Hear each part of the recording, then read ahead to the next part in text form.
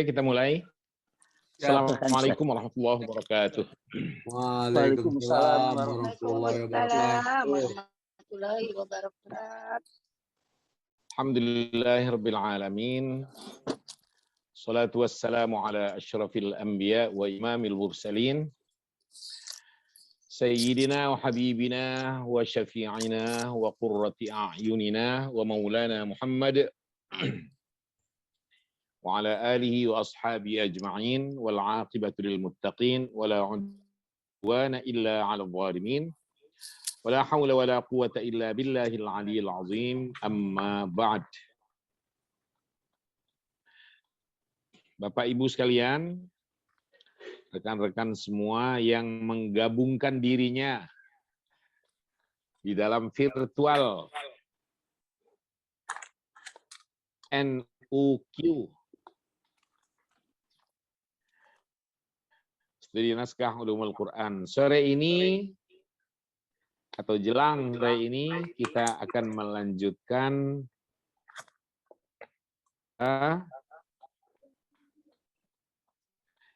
kita sudah sampai pada isyarat ilmu janin. Ya. Iya, ilmu jan. Al-ajinnah itu jamak dari janin. Oh, Ilmu ajan. tentang janin. Ajinnah. Ajin. Bentuk tunggalnya janin, al-janin. Al-janin itu artinya adalah yang tersembunyi.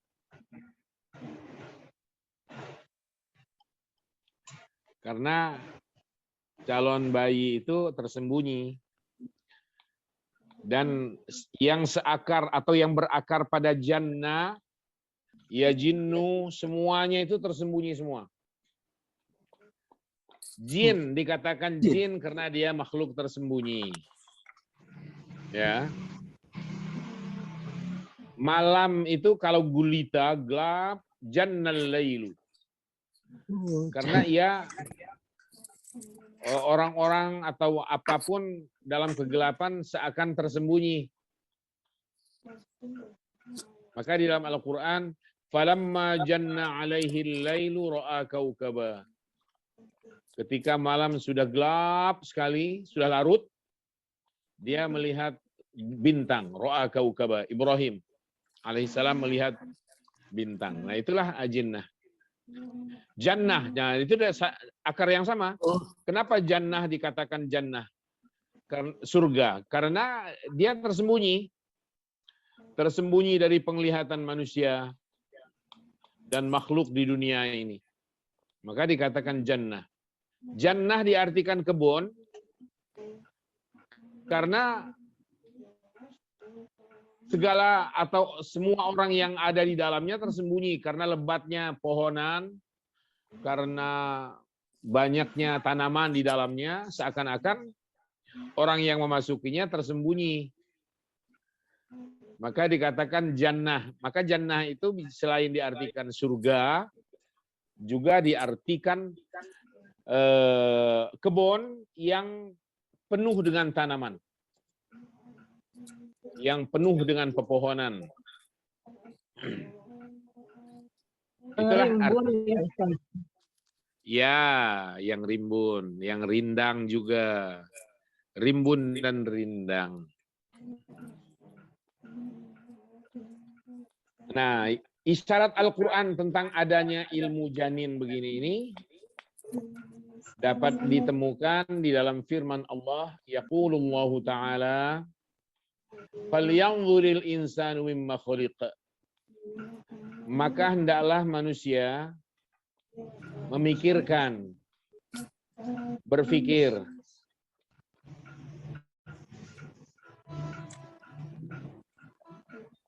Kok agak berisik?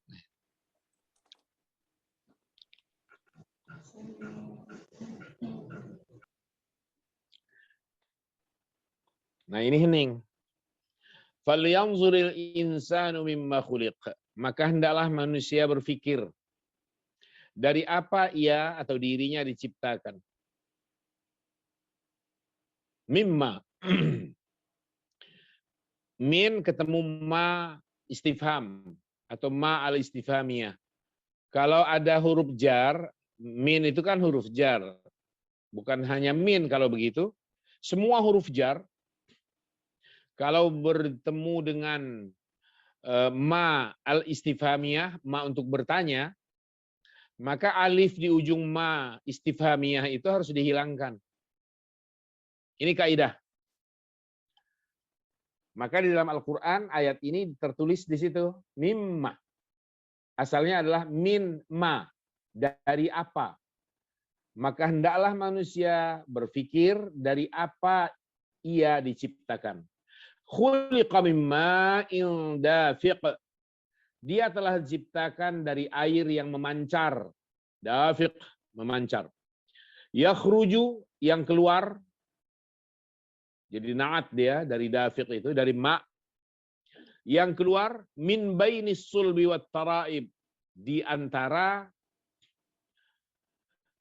tulang sulbi wat taraib dan tulang dada. Tulang sulbi kaum laki-laki, kaum pria, wat taraib dan tulang dada wanita. Wa yaqul, dan Allah juga berfirman, masih isyarat keilmuan tentang janin. Wa yaqul ya ayuhan nasu in kuntum fi raibin minal ba'ts, wahai sekalian manusia, jika kalian masih tetap dalam keraguan minal ba'ts, tentang kebangkitan dari kubur, masih ragu juga bahwa nanti ada saatnya semua yang mati yang sudah ada di dalam kuburnya akan dibangkitkan, itu masih diragukan. Allah menjelaskan begini, fa inna, wahai orang yang masih ragu, sesungguhnya kami khalaqnakum min turab, telah menciptakan kalian dari tanah. Thumma min nutfah, kemudian dari sperma, air mani. Thumma min alaqah, kemudian dari segumpal darah yang menggantung di dinding rahim. Maka alaqah, dari kata alaqah, alaqah itu menggantung. Ta'allaqa itu bergantung. Thumma min mudghah, kemudian dari segumpal daging. Mudghatin mukhallaqatin wa ghairi mukhallaqatin linubayyina lakum. Summa min mudghah dulu. Kemudian dari segumpal daging yang sempurna kejadiannya dan yang tidak sempurna kejadiannya, linubayyina lakum, agar kami dapat menjelaskan persoalan ini kepada kalian, kata Allah kepada manusia, terutama kepada ilmuwan, ahli yang punya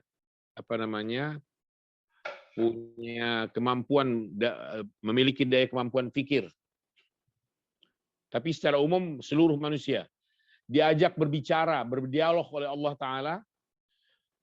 Wahai kalian yang masih ragu tentang adanya kebangkitan dari kubur, sadarlah, seakan begitu berpikir kalian. Kalian itu kami ciptakan dari tanah.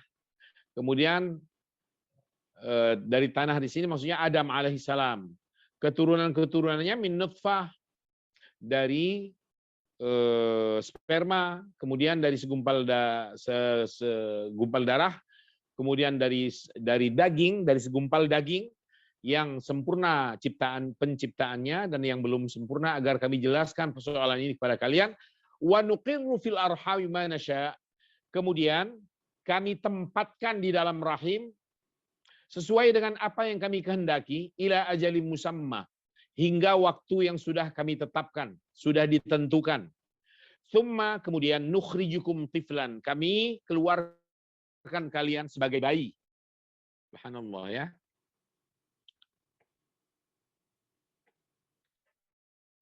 Nah, sekarang selanjutnya begini.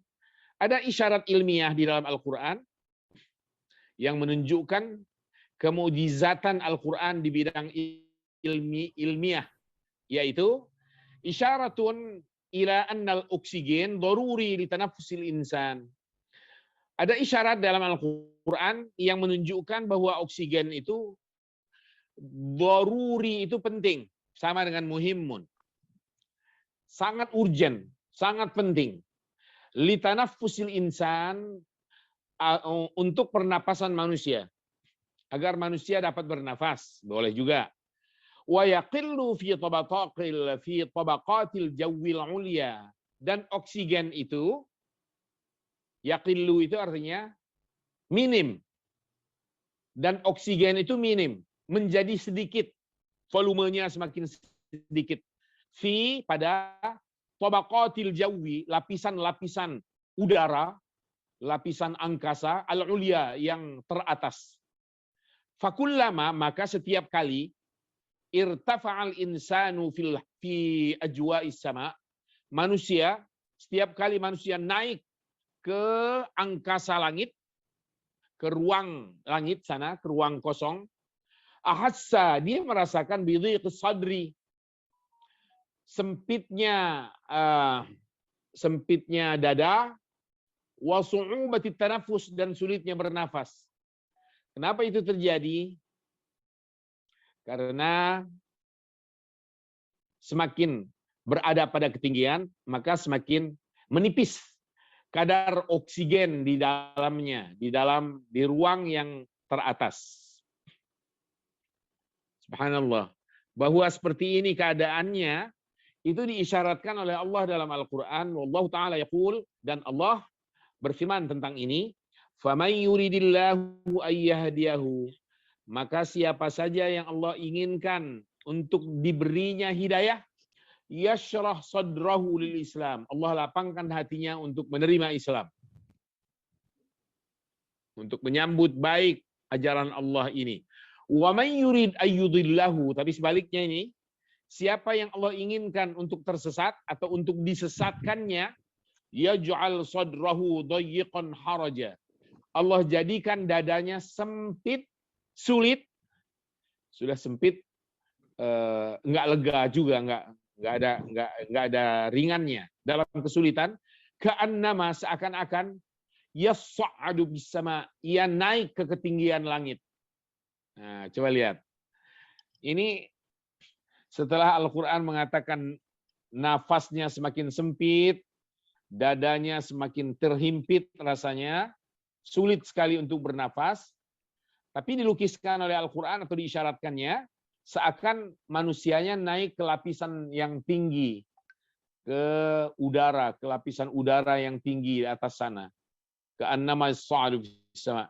Ini kan secara tidak langsung, Al-Quran hendak mengisyaratkan kepada kita, di ketinggian tempat, oksigen itu makin nipis, maka dada dan pernapasan manusia semakin tersengal dan sulit sekali untuk bernafas. Dan ini sudah dibuktikan oleh para ilmuwan. Maka di pesawat pun sudah disiapkan segala-galanya. Jika terjadi oksigen yang menipis, maka secara otomatis katanya alat yang ada di depan, di atas kepala masing-masing penumpang pesawat akan turun dan segera diambil gitu ya. Berikan pertolongan lebih awal untuk diri sendiri. Terutama walaupun yang bersangkutan si penumpang membawa seorang anak kecil atau bayi. Setelah menyelamatkan diri sendiri dulu, si ibu atau si bapak baru dia menyelamatkan bayinya. Orang lain itu nomor 2, karena bagaimana bisa menolong akhirnya kalau kitanya sendiri dalam keadaan tidak tertolong. Dan kenapa seperti itu? Sepertinya pada hemat saya, bayi itu lebih memiliki daya atau kekuatan loh ketimbang orang dewasa. Dalam pengapnya udara dia bernafas, bayi itu. Orang dewasa udah mau mati. Tapi dia masih kuat untuk bernafas, ada ketahanan. Maka wajar kalau isyaratnya itu tolong diri sendiri dulu, ibu yang bawa bayi, hirup oksigen yang sudah disiapkan, karena pesawat berada di ketinggian yang kadar oksigennya menipis. Nah, setelah menyelamatkan diri, baru menyelamatkan bayinya. Nah, ini isyarat tidak langsung dari Al-Quranul Karim tentang oksigen. Cuma bahasanya model ini. Orang yang kami tunjuki dengan hidayah kami, hatinya lapang, lega banget karena Islam atau karena dia menerima Islam dengan baik. Tapi yang orang yang ada dalam kesesatan dan Allah biarkan sekalian dalam kesesatan, Allah jadikan hatinya itu tidak lapang. Sesak dadanya seperti orang yang naik pada lapisan yang tertinggi di udara sana. Sehingga kadar oksigen yang ada sekian menipis dan persis dilukiskan keadaan seperti orang yang dalam kesesatan. Maka jangan anggap enteng masalah, dikira kalau orang itu dalam kesesatan dikira lega-lega saja dalam hidupnya. Enggak. Materi sama sekali bukan jadi ukuran. Buktinya Al-Quran menuturkan ini. Orang yang dijadikan sesat oleh Allah dan dibiarkan dalam kesesatannya karena nggak pernah bisa menerima ajaran, bimbingan dan petunjuk dari Al-Quran, dari Allah Subhanahu wa Ta'ala, maka Allah jadikan sekalian hatinya sempit, sesak dia, ya gitu kan. Jadi orang-orang di luar Islam ini sebenarnya dalam hati yang tidak lapang. Itulah isyarat ilmiah. Selanjutnya, teks ini mengatakan, lakin nadzalika, tetapi semua itu, isyarat-isyarat tadi, isyarat ilmiah dalam Al-Quran, baik tentang janin, tentang oksigen tadi itu, dan di atasnya lagi, la ya'ni, tidaklah memberikan maksud, annal Quran, bahwa Al-Quran itu yatadamman, berisi kulla, setiap nawariyatin ilmiah, teori ilmiah, enggak juga. Innama huwa kitabu aqidatin wa hidayah. Tetapi Al-Quran tetap sebagai kitab akidah dan kitab petunjuk. Jangan bilang berarti Al-Quran boleh dibilang sebagai ilmu identik dengan ilmu kimia, kitab ilmiah, kitab kimia, atau kalau bahasanya tentang biologi, kitab biologi, dan sebagainya. Tidak. Al-Quran tetap sebagai kitab aqidah wa hidayah. Wa i'jazul ilmi, aspek kemukjizatan ilmiahnya, yaqa'u, hanya ada dan terjadi, fi hassihi, dalam perintah-perintahnya, ala, untuk at-tafkir fil kaun, memikirkan, perintahnya untuk berpikir tentang alam semesta. Wa ayyu mas'alatin min masail ilmi, dan masalah apapun dalam bidang ilmiah, yatabayyanu yaqinuha, secara meyakinkan menjadi jelas, tuhaqqiqu, merealisasikan, ma hatha alaihil Quran, apa yang diperintahkan oleh Al-Quran, min tafkirin salim, berupa berpikir secara sehat, wala tata'arad ma'ahu, dan tidak ada pertentangan antara persoalan ilmiah yang terjadi di luar, maksudnya di luar, di layar, di alam terkembang, di dalam prakteknya, itu nggak ada benturan sama sekali dengan apa yang disebutkan oleh Allah di dalam Al-Quran. Jadi kalau ada pertanyaan orang, bisakah terjadi peluang terjadinya benturan, bentrok, bertentangan antara ilmu pengetahuan dan Al-Quran? Maka jawabannya tidak akan terjadi dan memang tidak ada pertentangan antara aspek ilmiah dalam hidup manusia di muka bumi ini, di alam semesta ini bahkan, dengan kalamullah Al-Quranul Karim itu. Tahu sebabnya? Kok bisa nggak ada pertentangan? Karena alam ini kan perbuatan Allah. Al-Quran itu kalam Allah. Mana mungkin fi'lullah, perbuatan Allah, berbenturan dengan kalamnya. Nggak bisa. Allah tidak mengajarkan kemunafikan dalam hidup. Justru Allah melarang kita untuk menjadi manusia yang munafik, hamba-hambanya yang munafik, baik secara akidah maupun secara ilmiah. Secara amaliyah, maaf. Baik secara akidah maupun secara amaliyah dalam praktek. Dalam pergaulan sehari-hari berlaku kemunafikan, bicara suka dusta, janjinya bisa selalu diingkari. Apalagi tanda orang munafik itu idza takallama, idza haddatsa kadzdzaba. Kalau diberi amanah dia khianat. Itu kan ciri kemunafikan secara amaliyah. Tapi ada kemunafikan secara akidah. Apa itu? Kemunafikan secara akidah adalah pura-pura muslim. Mulutnya panjang lebar mengatakan dirinya muslim. Keluarganya keluarga muslim. Videonya udah kan. Ayah bundanya muslim. Betul deh. Kakek neneknya muslim. Ngaku dirinya muslim secara lisan. Hatinya bencinya setengah mati kepada Islam dan menutup diri dari Islam. Walau hanya omongannya saja. Omongan dia muslim. Tapi hatinya menyimpan kekufuran dan kedengkian terhadap Islam. Ini namanya kemunafikan secara akidah. Ini pula yang terjadi di zaman Rasulullah SAW, awal pertama dulu.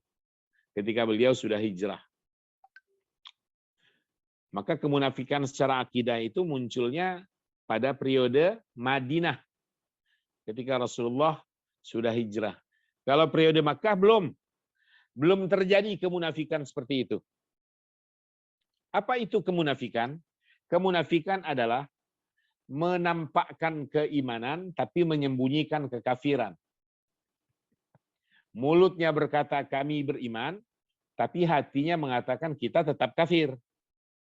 Tetap ingkar kepada Allah. Tapi ketika dia berbaur bersama kalangan muslimin muslimat, dia seperti muslim. Tapi hatinya busuknya minta ampun dan mengingkari Allah Subhanahu wa taala. Maka istilahnya adalah izharul iman wa ikhfaul kufri. Menampakkan keimanan, melahirkan keimanan melalui lidahnya, mulutnya, wa ikhfaul kufur, tapi menyimpan atau menyembunyikan kekufuran dalam hatinya. Itu kemunafikan.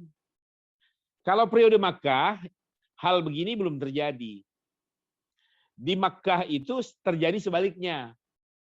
Beberapa di antara masyarakat, di antara manusia ketika itu, periode Makkah ya, ketika Rasul belum hijrah, izharul kufri, masih menampakkan kekufuran kepada sesama mereka, wa ikhfaul iman. Wa ikhfaul iman, tapi menyembunyikan keimanan. Di hadapan Rasul dia mengatakan saya sudah beriman ya Rasul. Tapi supaya tidak diintimidasi, tidak dizalimi, dianiaya, bahkan diancam, bahkan dibunuh oleh kalangan kufar, para pemuka-pemukanya terutama, maka orang semacam begini menyembunyikan kekufurannya, menampakkan kekufurannya itu. Sehingga dia bilang, kita masih kok sama-sama beragama jahiliyah. Tuhan kita yaitu berhala-berhala di dalam Ka'bah itu. Mulutnya, tapi hatinya mengatakan, amantu billah, saya sudah beriman kepada Allah. Jadi berlaku sebaliknya ya antara Makkah dengan Madinah. Itulah kemunafikan. Nah, Allah tidak ajarkan kemunafikan. Temu antara kalam, ucapan, firman dengan fi'il, perbuatan nyata. Perbuatannya ini semua.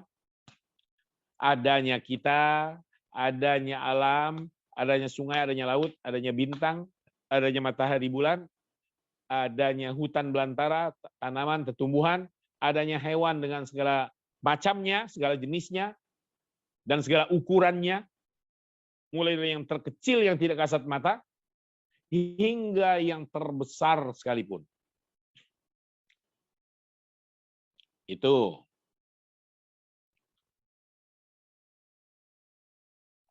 Tidak ada pertentangan apa-apa. Beda manusia. Kalau manusia ngomongnya A, kelakuannya B. Ngomong pagi C, sore sudah D. Lain siang, lain malam. Bulan ini begini, bulan depan lain lagi. Di rumah begini ngomongnya.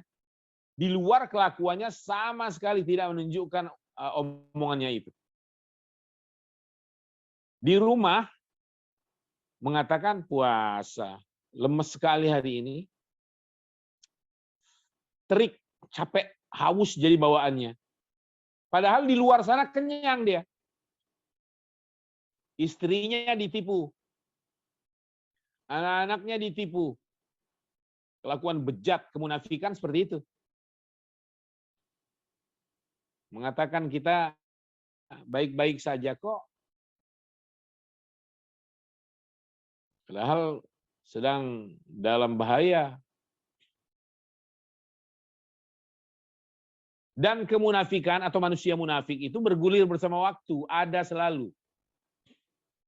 Dari generasi ke generasi. Makin ke sini makin banyak kemunafikan itu. Banyak sekali. Mulai dari tingkat yang teratas sampai yang terbawah ada semua kemunafikan itu.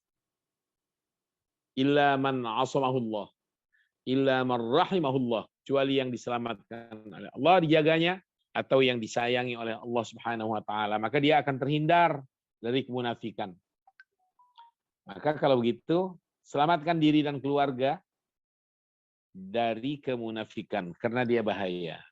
Intinya sekali lagi, tidak ada pertentangan antara kalam Allah dengan fi'lullah. Nah, dari fi'lullah lahir pengetahuan. Alam ini kan melahirkan pengetahuan. Muncul ilmu perbintangan, muncul ilmu kedokteran, iya kan? Muncul biologi, kimia, fisika, elektro, perbankan, dan seterusnya. Muncul ilmu-ilmu itu. Nah, ilmu-ilmu ini yang lahir dari alam, dari perut alam, itu tidak bertentangan sama sekali dengan kalamullah Al-Quranul Karim. Sulit dibayangkan ada pertentangan antara ilmu dengan Al-Quran. Pasti yang salah bukan Al-Quran, manusianya. Quran tidak pernah salah. Dan nggak boleh disalahkan. Yang ketiga sekarang. Ini aspek kemukjizatan di bidang penetapan hukum. I'jazul Quran at-tashri'i, atau dari segi syariat, ajaran hukum atau ajarannya lah. Segi kemukjizatan Al-Quran dari segi hukum atau penetapannya. Naqulu bi ijaz, kita katakan secara singkat, ijaz itu singkat. Inna i'jazal Qur'ani at-tashri'iyya,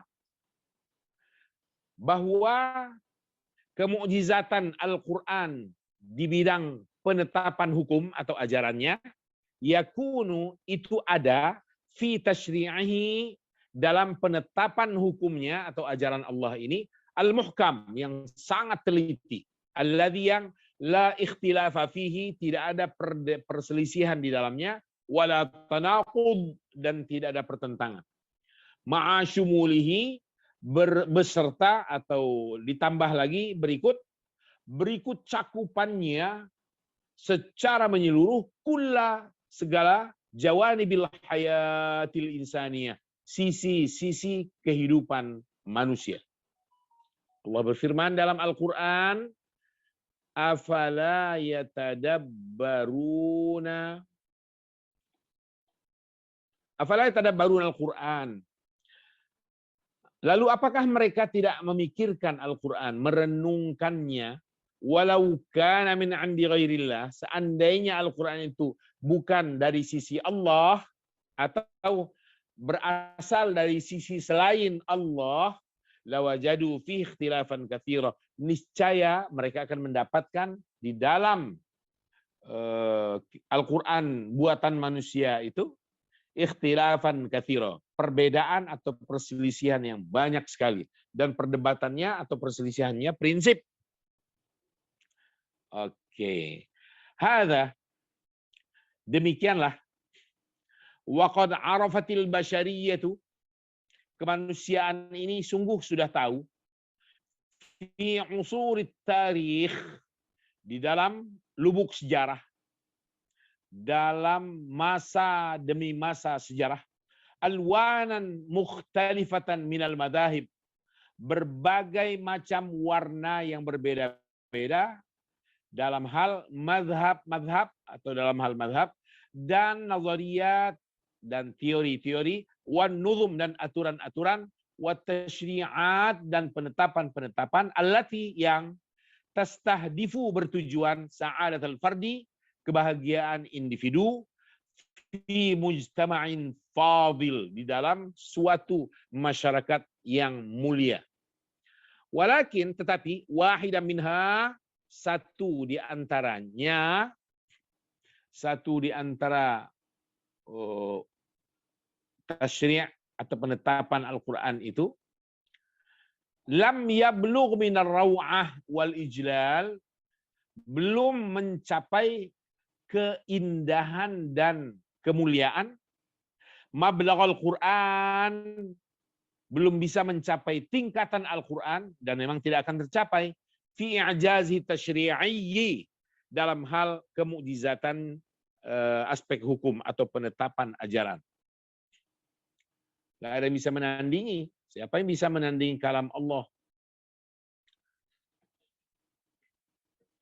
Yang keempat, i'jazul Quran fi ikhbarihi bil ghaib ma madha minhu ma huwa mustaqbal. Ini juga mukjizat Al-Quran nih, yaitu kemukjizatan Al-Quran dalam hal pemberitaan mengenai yang gaib, baik yang terjadi masa lalu maupun yang masih akan terjadi pada masa yang akan datang.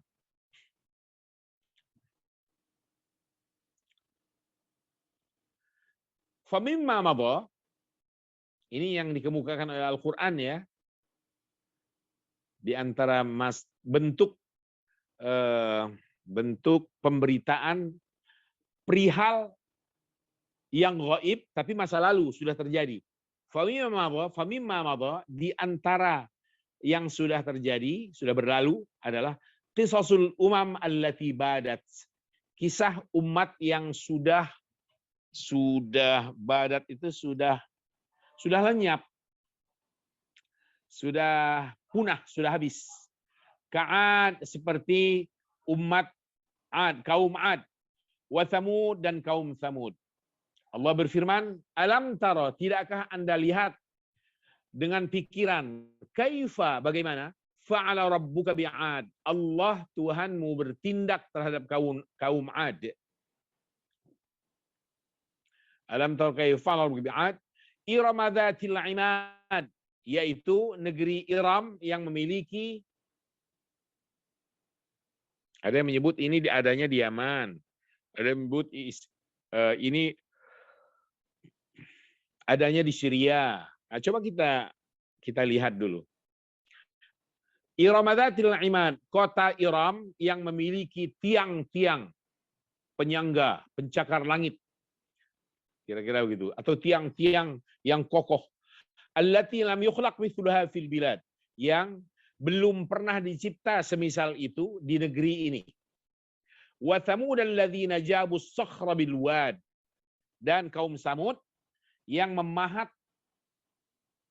as-sakhra ya, atau yang menghuni, bisa juga yang menghuni bebatuan di lembah-lembah. Alladzina jabu as-sakhra, yang mengambil batu-batu terjal itu, lalu mereka bentuk menjadi hunian, dan keberadaannya di lembah Bilwad. Itu adalah informasi Al-Quran tentang yang gaib dan sudah terjadi pada masa silam. Ada juga aspek mukjizat Al-Quran tentang peristiwa yang masih akan terjadi. Wa minal i'jaz bil mustaqbal, dan di antara aspek mukjizat Al-Quran tentang peristiwa yang masih akan terjadi masa depan. Alif Lam Mim. Ghulibatir Rum fi adnal ard. Kaum Romawi itu akan dikalahkan di bumi yang terdekat. Ar-Rum itu bangsa Romawi. Wahum min ba'di ghalabihim sayaghlibun fi bid'i sinin. Tetapi mereka setelah menelan pil pahit kekalahan, sayaghlibun, mereka akan berbalik menjadi orang yang menang fi bid'i sinin, dalam waktu fi bid'i sinin dalam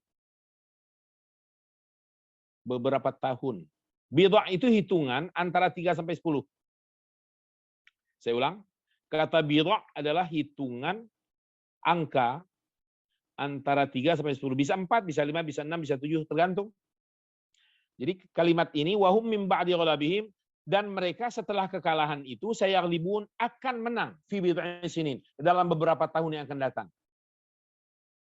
Nah, itu fi bid'i sinin. Dalam sejarah, ketika ayat ini turun, belum terjadi kekalahan bangsa Romawi. Belum ada peperangan antara Persia dan Romawi ketika ayat ini turun. Nah, lalu terjadilah peperangan antara Persia dan Romawi beberapa tahun kemudian setelah turunnya ayat ini, setelah turunnya Al-Quran.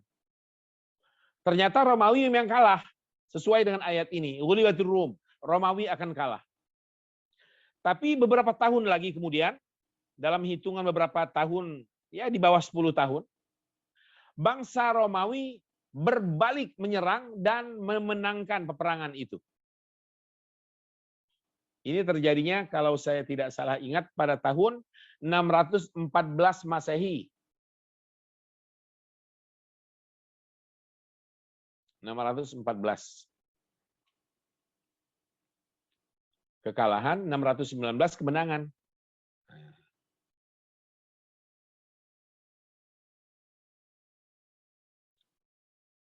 Ketika Al-Quran masih turun ini.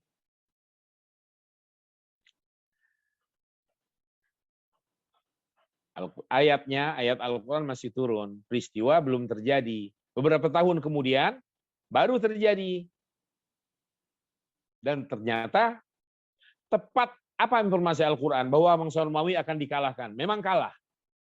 Tapi lanjutan ayat, setelah kalah, dalam waktu dekat, kata Al-Quran, mereka akan memenangkannya. Dan ternyata menang. Romawi akhirnya unggul memenangkan pertempuran atas bangsa Persia.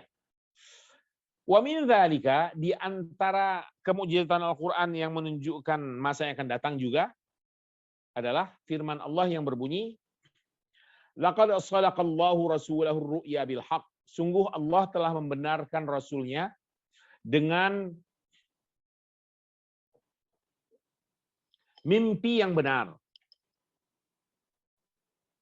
La tadkhulunnal masjidil haram insyaallah. Kamu Muhammad sungguh akan dapat memasuki al-masjidil haram itu jika Allah berkehendak. Aminin. Kalian maksudnya ya. Kalian wahai Muhammad bersama umatmu zaman itu, masa itu akan dapat masuk ke dalam Masjidil Haram itu insyaallah aminin, dalam keadaan aman. Muhalliqina ru'usakum, ada di antaranya yang dalam keadaan mencukur rambutnya, wa muqassirin, dan ada juga di antaranya yang hanya memendekkan saja rambutnya. La takhafun, dalam keadaan kalian tidak takut. Ketika ayat ini turun belum terjadi. Beberapa tahun kemudian baru terjadi, yaitu pada peristiwa Fathu Makkah. Peristiwa Fathu Makkah, Rasulullah SAW dan beberapa di antara kaum mukminin muslimin zaman itu dapat masuk ke Masjidil Haram tanpa perlawanan. Nggak ada perlawanan apa-apa dari orang-orang kafir. Persis seperti yang dikisahkan oleh Al-Quran ini, bahwa kamu akan masuk, wahai Muhammad dan umat beliau, akan masuk ke dalam Masjidil Haram dalam keadaan kalian aman, nggak ada peperangan. Muhalliqina ru'usakum, dalam keadaan kalian mencukur rambut, dan atau ada di antaranya yang memendekkannya saja, yaitu bertahallul. Ada yang menyebut ini bukan dalam peristiwa Fathu Makkah, tapi ini terjadinya dalam Umratul Qadha. Umratul Qadha yaitu umrah sebagai pelunasan ya. Umrah pelunasan atau melunasi tahun lalu yang dilarang oleh orang kafir untuk umrah. Kan pernah terjadi dalam sejarah. Muhammad Rasulullah akan umrah, lalu dicegat oleh orang-orang kafir Quraisy, tidak boleh masuk Masjidil Haram. Dan ke Masjidil Haram sepenuhnya dalam penguasaan orang-orang kafir. Karena batal untuk berumrah, tahun depannya baru beliau umrah bersama kaum muslimin. Nah, Al-Quran mengatakan pada suatu saat yang tepat, engkau dan kalian semua, wahai Muhammad dan umatmu, akan memasuki Masjidil Haram itu dalam keadaan kalian aman. Ada yang memotong rambutnya, ada yang mencukur habis, dan tidak ada perasaan takut apa-apa. Maksudnya umrah itu, tahallul. Tahallul dengan aman, nyaman, tanpa gangguan yang berarti. Kita lihat.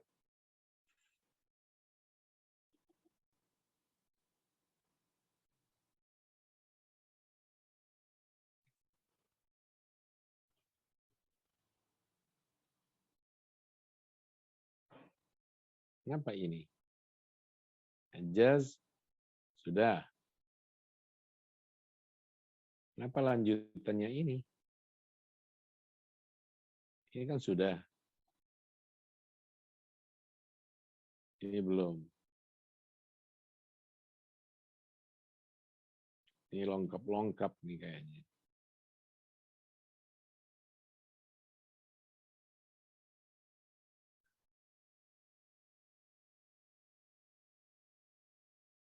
Sebentar, saya ambil bukunya.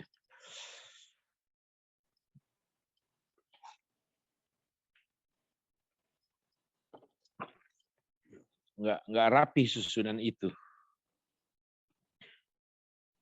Lebih baik melihat bukunya saja. Ijazah ilmi sudah.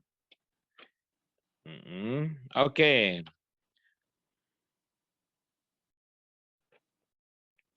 Waqad tahaqqaqa, begitu ujungnya tadi ya. Waqad tahaqqaqa dzalika ala ma akhbarul Quran. Artinya hal itu, masuknya Muhammad dan umat beliau ke Masjidil Haram, hal itu sudah terjadi. Persis sesuai dengan apa yang diberitakan oleh Al-Quran. Wa fi hadza, nah dalam hal seperti inilah, dalam hal inilah dan dalam tentang inilah dalil, merupakan bukti ala anal Quran, bahwa Al-Quran itu minallah, datang dari Allah, alimil ghaibi wasyahadah, yang maha mengetahui hal yang gaib dan yang nyata. Syahadah di sini artinya yang nyata. Kebalikan atau lawan dari gaib. Selesai itu aspek mukjizat Al-Quran. Jadi aspek kemukjizatannya selain aspek kebahasaan, ada juga aspek ilmiah dan ada juga aspek penetapan hukum.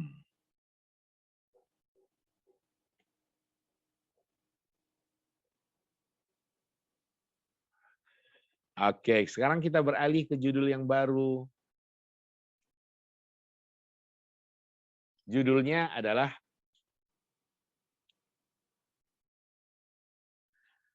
Amsalul Quran. Itu judulnya.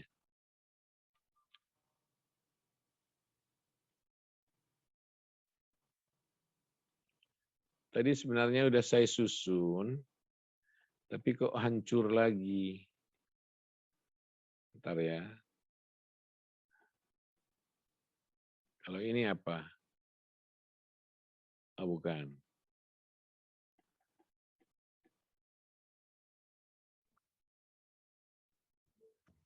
Ini apa? Bukan. Coba ini.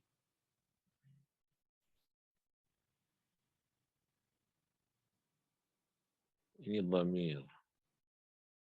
Oh, itu sudah jauh. Ini mungkin.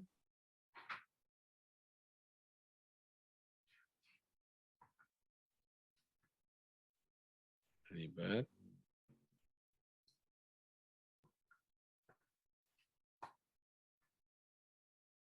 Oke, kembali ke bukunya aja biar lebih aman.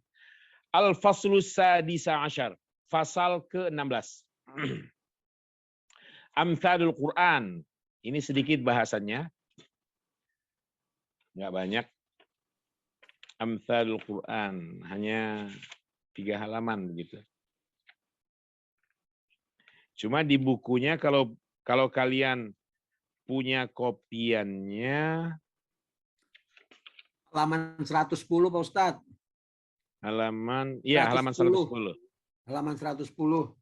Betul, halaman Pelajaran ke-16. 110. Tapi lompat jauh Halaman dari halaman 104 ke 110. karena dari 104 tadi itu pengulangan saja, Bu. Iya. Oh, Gitu. ya, terima kasih Pak Ustadz. 104 pengulangan tentang kemukjizatan, 105 masih pengulangannya, 106 masih pengulangan, 107 masih pengulangan, 108 masih pengulangan, 109 pengulangan. Nah, mulai baru di halaman 110. Judulnya adalah Amthalul Quran. Oke. Ya. Amthal itu jamak dari mathal, artinya perumpamaan. Perumpamaan. Ya. Perumpamaan.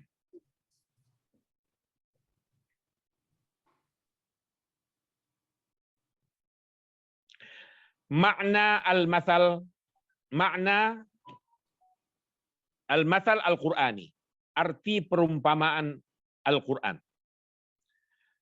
Al-mathal fil Quran, perumpamaan di dalam Al-Quran itu la yunasibu katsiran, tidak sepenuhnya sama atau sesuai. Al-mathal alladzi, dengan perumpamaan yang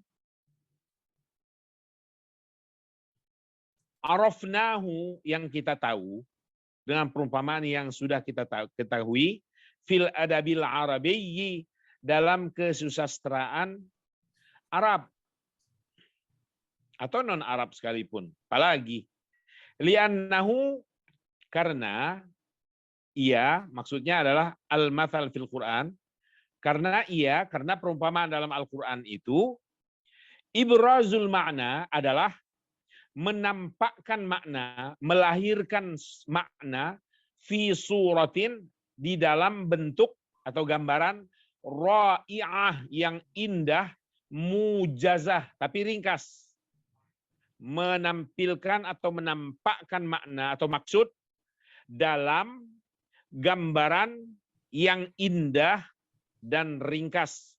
Sawaun kanat tasbihan, apakah gambarannya itu berupa tasbih, yaitu persamaan, au qaulan mursalan, atau tidak ada persamaan apa-apa. Tidak ada kemiripan apa-apa. Artinya tidak ada sesuatu yang dipersamakan. Kalau ada kesamaan, itu namanya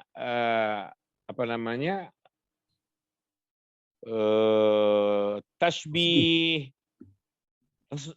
sharih atau al-mathal as-sharih, boleh. Itu kalau ada kesamaan. Maksud kesamaan ini, kesamaan antara redaksi Al-Quran dengan peribahasa yang ada di luar. Peribahasa dalam Al-Quran dengan peribahasa yang ada di luar. Coba. Biar lebih tegas lagi ya. kita harus dialogkan. Saya mau tanya, supaya lebih tegas lagi. Umpamanya,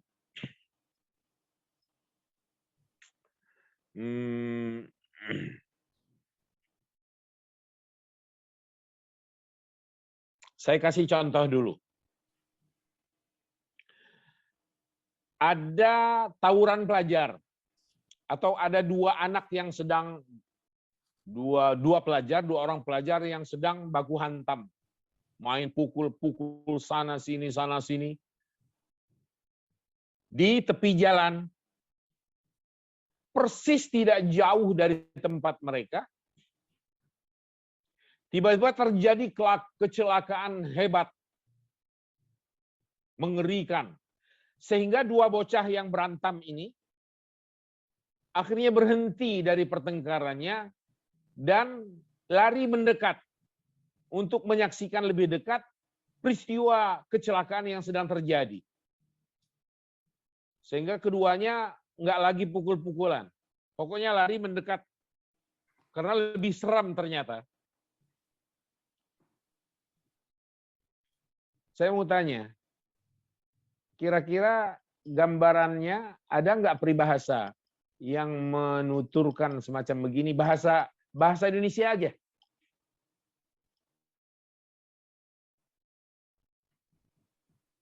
Lagi ada peristiwa, tiba-tiba ada peristiwa lagi yang lebih hebat. Peristiwa ini padam, berhenti. Karena menyaksikan peristiwa yang hebat itu. Kira-kira Bapak Ibu bisa menemukan nggak ada bahasa yang menuturkan? Atau begini, itu satu, simpan dulu itu. Simpan dulu, saya ambil contoh lain. Ada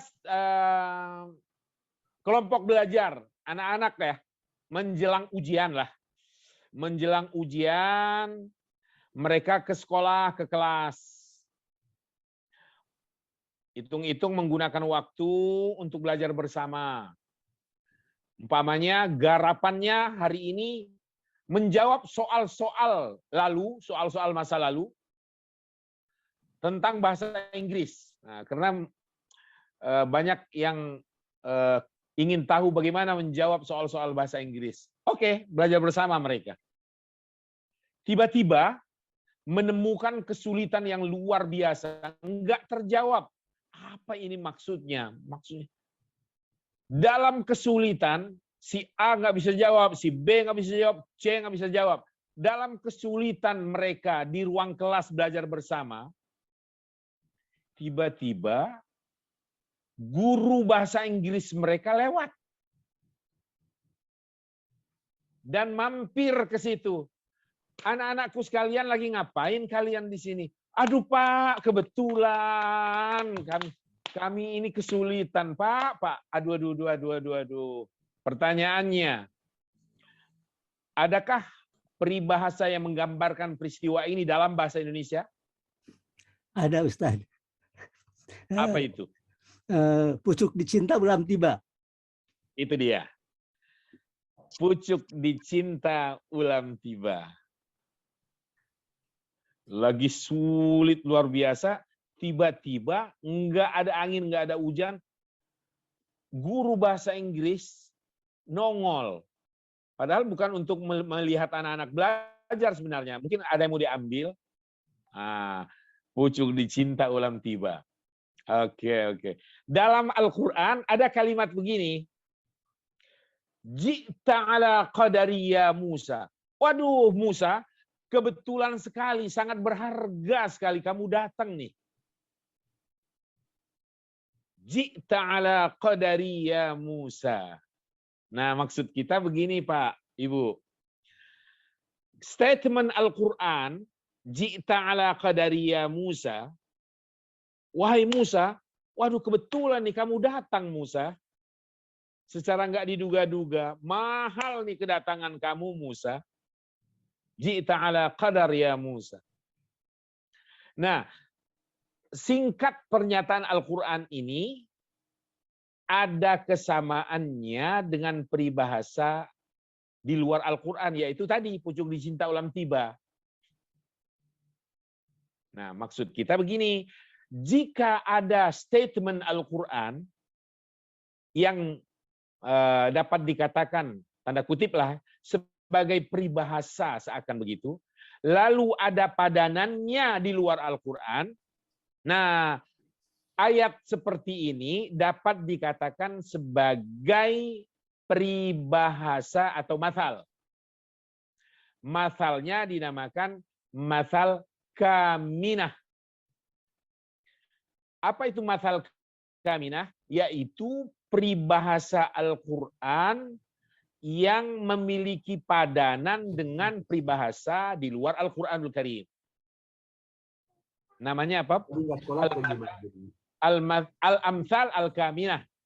Yaitu peribahasa-peribahasa yang ada kemiripan dengan peribahasa di luar Al-Quranul Karim. Bukan bahasa Indonesia aja. Bahasa Indonesia, bahasa Arab, bahasa Inggris. Kalau ada ayat Al-Quran, maka dalam kajian tentang perumpamaan Al-Quran, hal semacam ini dinamakan al-amthal al-kaminah, yaitu perumpamaan-perumpamaan yang ada kemiripan atau keserupaan makna dengan peribahasa lain di luar sana, di luar Al-Quranul Karim. Tapi dalam peristiwa anak yang berkelahi tadi, dua anak sedang berkelahi, saling tindih, saling pukul, tiba-tiba dentum keras hebat, hanya jarak 10 meter dari mereka, ternyata kecelakaan maut. Sehingga dua anak ini akhirnya nggak meneruskan kelahinya itu. Keduanya membubarkan diri dan sama-sama penasaran. Ada apa ini suara dentum? Mereka merapat ke kecelakaan itu. Alangkah ngerinya ternyata.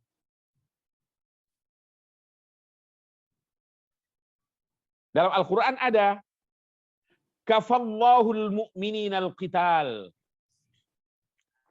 Allah telah menghentikan peperangan di antara orang-orang yang beriman. Sehingga peperangan nggak lanjut. Kafallahul mu'mininal qital. Allah telah menghentikan peperangan di kalangan orang-orang yang beriman. Nah, pertanyaannya seperti tadi, adakah menemukan padanan seperti ini di peribahasa Indonesia atau lainnya? Sulit menemukan. Bahasa Indonesia, betul.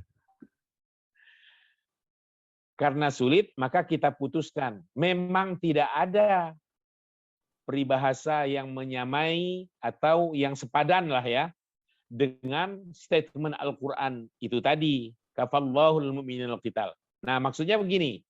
Kalau menemukan statement Al-Quran, ayat lah ya, yang ringkas singkat dapat dijadikan sebagai peribahasa, tetapi tidak ada padanannya dalam peribahasa lain di luar Al-Quran, peribahasa gaya ini dinamakan al-amthal al-mursalah.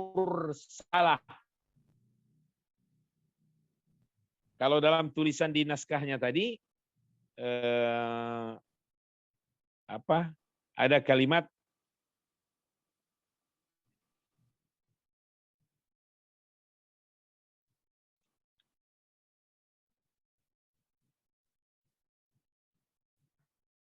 qaulan mursalan. Nah, itu ada kalimat qaulan mursalan.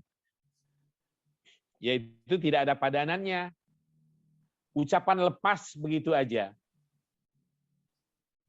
Jadi hanya ditemukan ayat yang dapat dipetiklah sebagai peribahasa, tetapi kita tidak menemukannya. Ada padanannya di luar Al-Quranul Karim dalam peribahasa bahasa apapun, termasuk bahasa Indonesia. Tapi kalau petikan Al-Quran, petikan ayat, ternyata memiliki padanan. Ada kemiripan, keserupaan dengan peribahasa di luar Al-Quran. Seperti tadi, pucuk dicinta ulam tiba. Dan Al-Quran petikannya adalah Ji'ta ala qadari ya Musa. luar biasa, kamu datang berharga sekali Musa.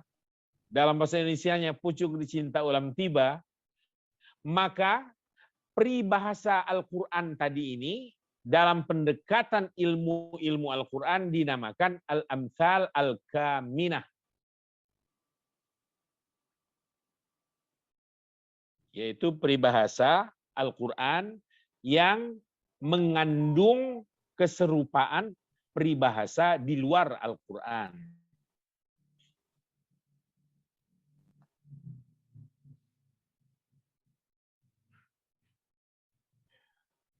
Seseorang dalam hidup ini atau suatu kelompok, kalau dia tidak ekstrim kanan, dalam gaulan hidup atau dalam kehidupan ini, ada orang atau kelompok yang tidak ekstrim kanan, tidak juga ekstrim kiri. Dibilang kaya juga enggak, tapi miskin, melarat juga tidak. Dibilang cerdas juga enggak, tapi dibilang jongkok-jongkok amat juga enggak. Biasa baik gitu. Di dalam Al-Quran kita bisa memetik maksudnya suatu pernyataan Al-Quran yang bisa mewakili ini, keadaan semacam ini, berada di tengah-tengah. Tidak terlalu cerdas, tapi tidak juga terlalu bodoh. Si bapak itu kaya juga tidak, tapi mau dibilang miskin juga enggak. Nah, petikan Al-Qur'annya kira-kira begini. La syarqiyah wala gharbiyah. Nah, kan ada kalimat itu ya. La syarqiyah wala gharbiyah. Atau kalau tentang sapi betina dalam surah Al-Baqarah itu ada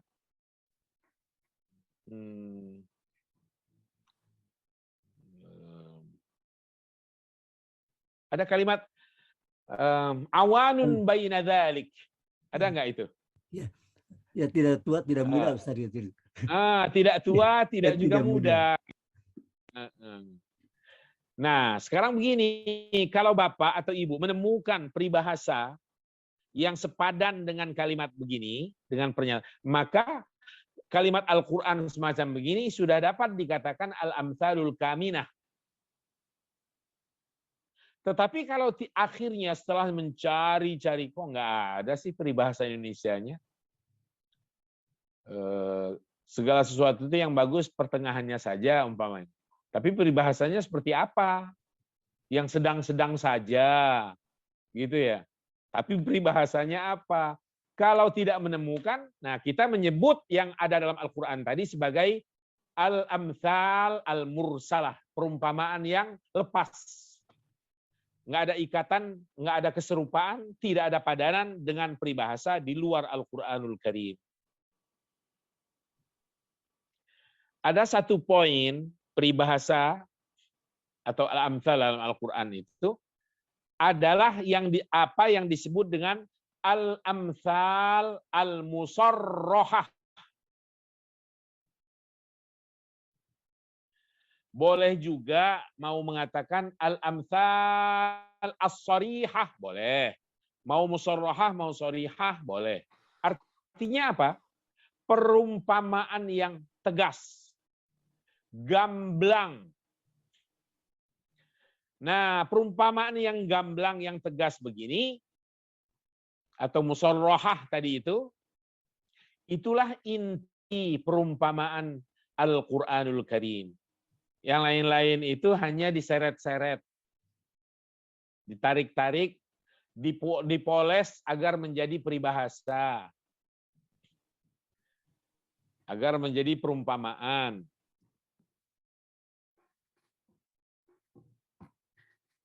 Tapi di dalam Al-Quran ada yang merupakan inti dan dia perumpamaan yang dapat dikatakan substantif. Memang itu adalah pokok dari perumpamaan Al-Quran. Bagaimana kita bisa melihat ini sebagai perumpamaan asli Al-Quran? Itu kalau saya mau tanya, Bapak Ibu sudah pernah belajar tasbih belum? Dalam balaghah, tentang balaghah. Belum sampai Pak Ustadz. Oh, belum ya? Lanjutan 1 belum sampai tuh Pak Tarjani udah lewat Pak Tarjani. Oh gitu. Iya. Ini hubungannya dengan tasbih sebabnya. Tapi nggak apa-apa lah. Nggak apa-apa lah. Kita kemukakan contohnya saja untuk menunjukkan perumpamaan yang paling inti dalam Al-Quran itu seperti ini. Ketika redaksi Al-Quran benar-benar mengumpamakan. Contoh, perumpamaan orang-orang yang berderma di jalan Allah, mendermakan harta mereka di jalan Allah, itu bagaikan orang yang menanam satu tanaman, ya, satu biji begitu, menumbuhkan 7 tangkai, setiap tangkainya berisi 100 biji. Bermodalkan 1 biji yang ditanam, dia akhirnya menuai 7 tangkai yang setiap tangkainya berisi 100 biji. Berarti 1 berbanding 700 ya. 100 ya. Iya. Ayat Al-Quran kan ada seperti itu ya. Ada. Mathalul ladzina yunfiquna amwalahum fi sabilillah kamathali habbatin ambatat sab'a sanabila fi kulli sumbulatin mi'atu habbah. Wallahu yudha'ifu liman yasha' wallahu wasi'un alim. Kalau tidak salah Al-Baqarah 260 apa 160? Coba cek, lupa saya. Kalau ada mushaf. 260 mungkin. 261. Oh, 261 malahan. Oke. Syukurlah. Udah dekat aja ya. 261. Mathalul ladzina yunfiquna amwalahum. Perumpamaan orang-orang atau mereka yang menginfakkan harta mereka fi sabilillah di jalan Allah, kamathali habbatin, bagaikan seseorang yang menanam 1 biji, diletakkan di perut bumi atau di dalam di permukaan tanah atau di dalam tanah. Dari 1 biji yang tertanam itu atau yang ditanam itu muncul 7 tangkai di permukaan tanah. Pada setiap tangkainya ada 100 biji. Maksudnya 1 rupiah, 10 rupiah, 1000 rupiah yang kita infakkan fi sabilillah, Allah Maha Kuasa untuk melipat gandakan hasil pahala kebaikannya. Di dunia iya, di akhirat pasti. Selama itu dilakukan ikhlas lillahi ta'ala. Apa itu ikhlas? Ikhlas adalah 2L. Lakukan, lupakan. Selesai.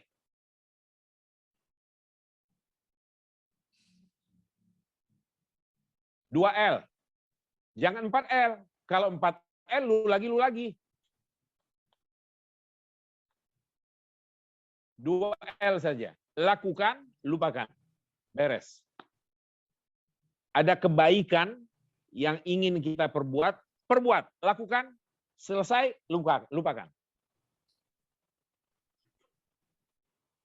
Ustadz. Ya. Boleh nanya dikit nggak? Silakan. Itu kembali ke soal ikhlas. Kalau tadi dasarnya kita memberi itu adalah karena kita tahu ayat ini gitu loh. Iya. Jadi dalilnya ayat ini. Nah, ayat ini kan Al-Qur'an. Nah, itu kita termasuk ikhlas apa enggak sih, Pak Ustadz? Iyalah. Sangat ikhlas karena bimbingan kita Allah. Ya. Oh, jadi ikhlas juga tuh ya. Sangat ikhlas. Jadi pamrih karena emang ajaran Allah boleh berarti kan? Itu kan namanya pamrih. Boleh banget. Sangat gitu. boleh. Siap. Justru Makasih, Pak Allah Ustadz, ya. memerintahkan kita. Iya, justru Ya. saya tambahkan. Justru Allah memerintahkan kita untuk berharap hanya kepadanya. Ya, oke. Jadi kalau ada orang berbuat baik berharap surga. Ikhlaskah dia berbuat baik? Sangat ikhlas. Karena Allah Ya, perintahkan kita untuk mencari surganya. Ya, oke. Bukankah ada ayat yang berbunyi wasari'u ila maghfiratim mir rabbikum wa jannatin arduhas samawati wal ard uiddat lil muttaqin. Bergegaslah kalian menuju pengampunan dari Tuhan kalian dan bergegas juga menuju surganya yang luasnya seluas seluruh langit dan bumi, yang diperuntukkannya untuk hamba-hambanya yang bertakwa. Apa makna bergegas menuju surga?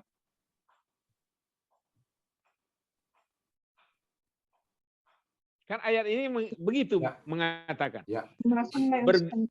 Bergegas kalian menuju pengampunan Allah min rabbikum, dan bergegaslah kalian menuju surganya wa jannatin arduha, yang luasnya as-samawati wal ard, seluruh langit dan bumi. Apa maksud bergegas menuju surga? Beramal soleh, Ustaz. Apa? Beramal soleh. Ya. Bersegeralah untuk melakukan amal-amal yang akhirnya nanti dapat mengantar kita masuk ke dalam surga. Itu maknanya. Dikit lagi Pak Ustadz. Silakan. Misalnya nih, kan kita udah tahu ini karena kita udah baca ayatnya 261. Nah sekarang kita mau ngajak temen kita nih. Misalnya kita bantu pesantren tuh yang lagi roboh dia. Nah, terus kita dasarkan nih kalau kita ngebantu 100.000, kita nanti balasannya sekian. Boleh nggak tuh Pak Ustadz untuk memotivasi? Boleh sekali. Oh boleh ya? Sangat boleh. Jangankan seperti itu, jangankan seperti itu. Kita tanda kutip ngompori orang untuk berbuat baik, tapi kita belum. Itu saja sudah terpuji. Saya mohon, karena saya tahu ada seorang ibu umpamanya yang gemar sekali bersedekah. Saya bilang, Bu, barangkali baik kalau sedekahnya bulan depan arahkan ke yayasan sana, mereka banyak sekali anak-anak yatimnya. Gitu ya. Saya mengarahkan orang lain untuk bersedekah memberi makan fakir miskin, anak yatim. Tapi saya enggak. Baguskah begitu? Bagus. Sehingga kalimatnya, jika Anda belum berbuat, sekurang-kurangnya menjadikan orang lain berbuat. Itu yang ditunjuk oleh Al-Quran. Ara'aital ladzi yukadzibu biddin, fadzalikal ladzi yad'ul yatim wala yahuddu, dan tidak juga menganjurkan ala ta'amin miskin, untuk memberi makan orang miskin. Menganjurin aja, nganjurkan aja enggak, boro-boro bekerja sendiri. Artinya, kalau dibalik, jikapun Anda tidak mampu, belum mampu lah berbuat sendiri, karena ada uang mungkin, tapi keperluan masih banyak juga yang harus diselesaikan, umpamanya. Kan kalaupun belum mampu berbuat sendiri untuk kepentingan sosial semacam itu, sekurang-kurangnya gerakkan orang lain. Yang kita tahu senang berbagi, mau berderma, ada kepedulian untuk orang lain yang membutuhkan. Nah itu yahuddu namanya, yahuddu ala ta'amil miskin. Jadi dengan segala motivasi kita anjurkan rekan-rekan kita, boleh, nggak masalah. Bagus-bagus aja. Dan insya Allah pahala mereka yang berbuat, maksud saya, kita yang menganjurkan mereka, yang mengarahkan mereka memperoleh pahala kebaikan yang tidak kalah dengan mereka yang langsung melakukannya. Berlaku hadis Rasul yang menyebutkan man dalla ala khairin, siapa yang menunjukkan untuk melakukan suatu kebaikan, falahu mithlu ajri fa'ilih, maka baginya pahala seperti pahala orang yang melakukannya. Gitu. Ya. Tapi sebaliknya, ngompori orang untuk berbuat jahat,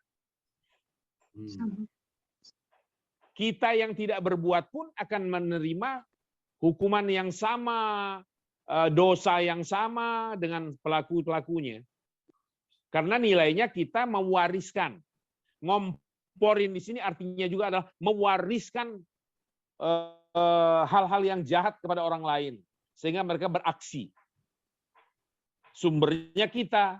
Otomatis sama. Kita mendapatkan dosa seperti yang mereka peroleh dari tindakan jahat langsung yang dilakukan mereka. Oke. Ada lagi? Ustadz. Ya. Ustadz, ini masalahnya gini Pak Ustadz. Saya sebagai ketua majelis taklim mengajak teman untuk memberi bantuan yatim duafa ke pesantren di suatu daerah. Nah, kita udah sepakat nih, sudah terkumpul uang. Baru sekali kita kasih, tiba-tiba kan tujuan kita tuh untuk santri yang yatim duafa. Misalnya satu orang menerima sekian rupiah dan ada sekian orang dan totalnya ada sekian juta gitu. Tetapi baru kita kirim, tiba-tiba Ustadz kepala pesantrennya ngirim share ke kontak person kita. Kalau si Ustadz itu bilang kiriman kita ini akan dijadikan beasiswa. Katanya dia sudah mendapat persetujuan dari orang tua. Nah, mendapat berita seperti ini, teman-teman, wah nggak bisa begitu dong, Nov, katanya. Kita kan tujuannya ngebantu orang. Memang si SPP pesantren itu kan kalau SD cuma 50. Nah, kita kebetulan ngirimnya per orang tuh bisa 125 gitu. Jadi kita bikin surat ya melalui kontak person kita, bilangin sama Pak Ustadznya, kalau mau beasiswa berarti kan kita ngirim langsung ke pesantrennya tuh yang kelola. Nah, itu kita, maksudnya saya mewakili teman-teman bilang ke Pak Ustadz nggak boleh begitu. Karena tujuan kita ini awalnya adalah untuk yatim. Jadi tolong dikasihkan langsung ke masing-masing santrinya. 125.000 per orang atau sesuai dengan kesepakatan kita. Itu gimana Pak Ustadz? Kalau kita ngomong gitu, nyindir Ustadz sana nggak sih sebenarnya? Kita dalam hal ini kurang pandai barangkali saya beretika. Gimana Pak Ustadz? Komprominya harus supaya tidak ada salah pengertian satu dan lainnya. Perlu tahu atau mencari tahu alasan mengapa dibelokkan untuk kepentingan beasiswa. Karena begini, boleh jadi ada dasar, ada alasan kenapa sampai si ustadz ini atau guru atau pembimbing mereka mengalihkannya ke beasiswa. Boleh jadi karena anak-anak yatim, kalau urusan santunan makan, minum mereka, alhamdulillah selalu ada. Nah, selalu ada. Jadi sayang kalau harus berupa atau dalam bentuk makanan dan minuman atau pakaian lagi. Berlebih, padahal ada hal lain berupa beasiswa yang patut kita berikan gitu. Nah, kalau sudah bisa mencari tahu persoalan itu, nanti bisa klop. Tidak timbul salah duga dan sebagainya. Karena pada akhirnya nilai tetap sama di sisi Allah. Oke. Ya. Kita memberi makan 100.000 memberi makan kepada si A. Ya. Tapi oleh pimpinannya umpamanya 100.000 jangan buat makan, lu makan mulu lu katanya. Saya terima 100.000-nya sini. Ini buat SPP kamu bulan depan. Sama nilainya. Ya. Oke. Gitu. Iya. Pahalanya sama. Ya. Makasih Pak Ustadz. Iya, sama-sama. Baik. Nanti kita ulas lagi masalah ini. Ya. Jadi prinsipnya di dalam Al-Quran itu perumpamaan ada 3 macam. Ya. Ada yang disebut al-amthal al-kaminah yang ada padanannya di luar Al-Quran, ada padanan peribahasa maksudnya di luar Al-Quran. Yang kedua, al-amthal al-mursalah, yaitu peribahasa Al-Quran yang peribahasa di dalam Al-Quran yang tidak memiliki padanan di peribahasa di luar Al-Quran. Yang ketiga, perumpamaan inti Al-Quran dan disebut al-amthal al-musarrahah atau al-amthal as-sarihah.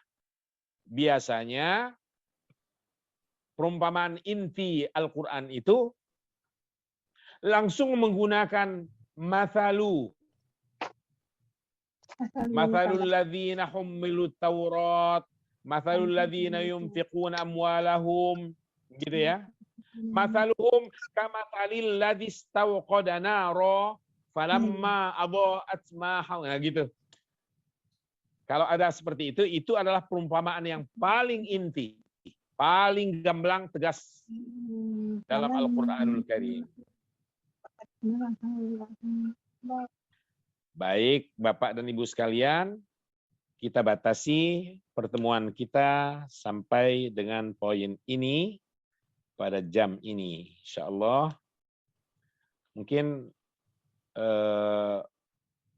pertemuan kalian sesuai kesepakatan yang informasi yang sampai ke saya sampai akhir bulan ini ya. Ya, tanggal 27. Ya, mudah-mudahan sudah selesai. Ya, tuntas makasih Pak Ustadz. naskah ini. Mudah-mudahan. Ya, tinggal 2 atau 3 kali pertemuan lagi. Insya Allah. Mudah-mudahan sehat. Mudah-mudahan tidak ada hambatan apa-apa. Terima kasih. Jazakumullah khairan katsira. Ilal liqa. Assalamualaikum warahmatullahi wabarakatuh.